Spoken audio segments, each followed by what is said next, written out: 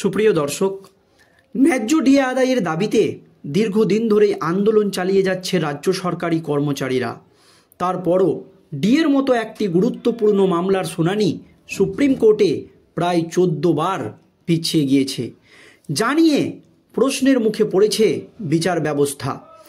এই আবহে সুপ্রিম কোর্টের প্রধান বিচারপতি জাস্টিস খান্নাকে রাজ্য সরকারি কর্মচারীরা গণচিঠি এবং গণমেল পাঠিয়েছে, যাতে ডিএ মামলাটি একটু গুরুত্ব সহকারে দেখা হয়।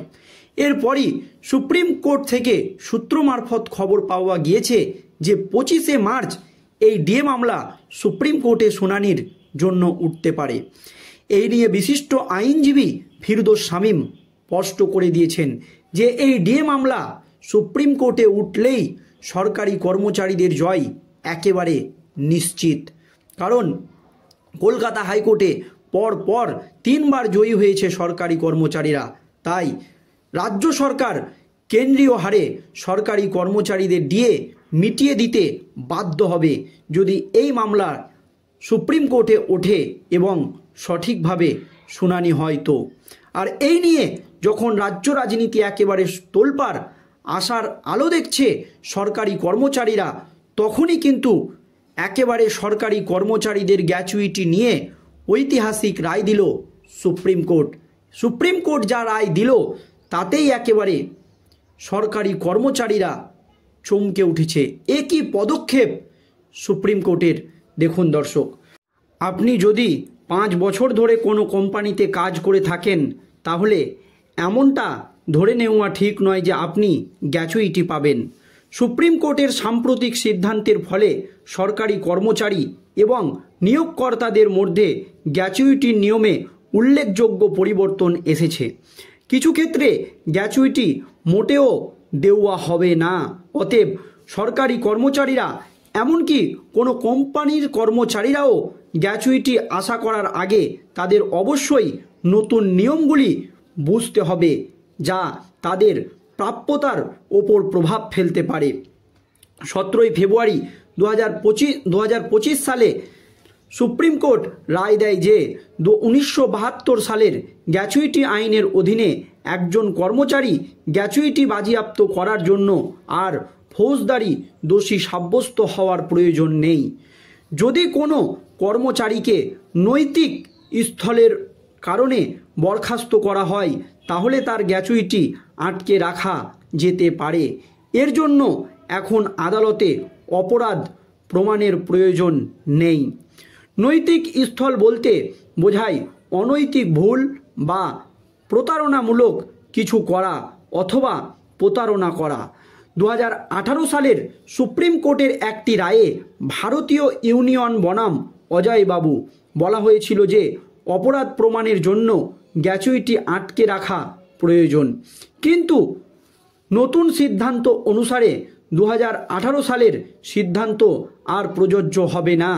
নৈতিক স্থলের অভিযোগে যদি কোনো কর্মচারীকে বরখাস্ত করা হয়, তাহলে কোম্পানি বা সরকার তার গ্র্যাচুইটি আটকে রাখতে পারে। এক্ষেত্রে কোনো বাধা নেই। এর ফলে সরকার এবং কোম্পানিগুলি সেই কর্মীর বিরুদ্ধে ব্যবস্থা নেওয়া একটি কার্যকর উপায়ও কিন্তু ইতিমধ্যেই পেয়ে গিয়েছে। কর্মচারী তার জন্মের তারিখ ভুলভাল উপস্থাপন করেছে। একটি প্রতিবেদন অনুসারে এই সর্বশেষ ঘটনায় একজন কর্মচারী তার আসল জন্ম তারিখ গোপন করেছিলেন। তিনি তার জন্ম তারিখ 1953 সালের পরিবর্তে 1960 সাল দেখিয়েছিলেন। এই কারণে তিনি 22 বছরের জন্য চাকরিটি পেয়েছিলেন। এই মিথ্যা কথাটি যখন ধরা পড়ে, তখন তাকে চাকরি থেকে বরখাস্ত করা হয় এবং তার গ্র্যাচুইটি বন্ধ করে দেওয়া হয়। আদালত বলেছে যে কর্মচারী যদি শুরুতেই সঠিক জন্ম তারিখ দিতেন, তাহলে তিনি চাকরি পেতেন না এবং তিনি এটা সরকারের সঙ্গে বা ওই কোম্পানির সঙ্গে এইভাবে প্রতারণা করেছে বলে মত সুপ্রিম কোর্টের। এক্ষেত্রে একজন কর্মচারী ভুল জন্ম তারিখ দিয়ে চাকরি পেয়েছেন এবং 22 বছর ধরে একটি সরকারি খাতের কোম্পানিতে কাজ করেছেন।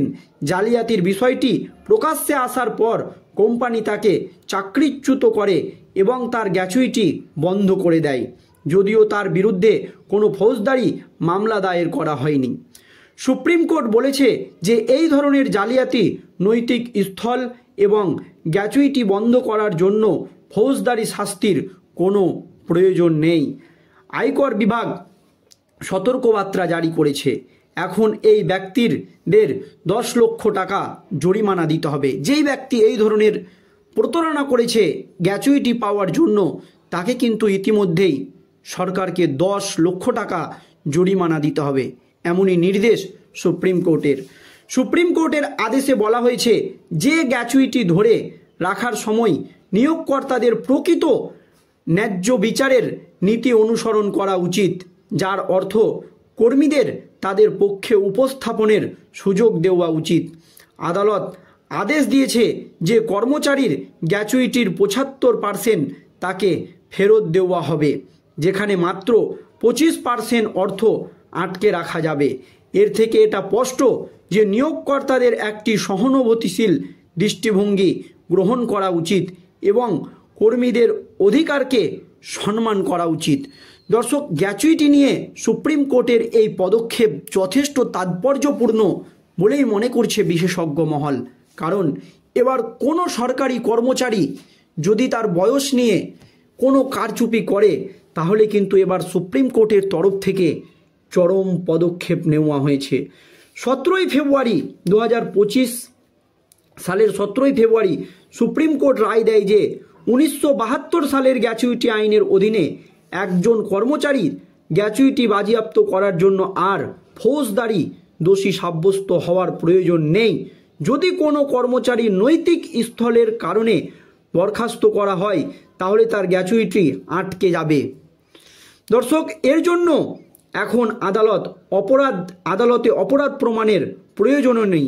যদি তার কোনো দুর্নীতি ধরা পড়ে সেই সরকারি কর্মচারী, তাহলে কিন্তু তার গ্র্যাচুইটি আটকে যাবে, আর সেটা কিন্তু আদালতে দ্রুত প্রমাণও করতে হবে না।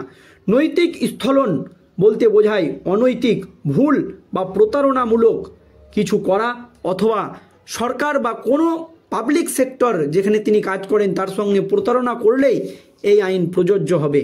2018 সালে সুপ্রিম কোর্টের একটি রায়ে বলা হয়েছিল যে অপরাধ প্রমাণের জন্য গ্র্যাচুইটি আটকে রাখা প্রয়োজন, কিন্তু নতুন সিদ্ধান্ত অনুসারে 2018 সালের সিদ্ধান্ত আর প্রযোজ্য হবে না।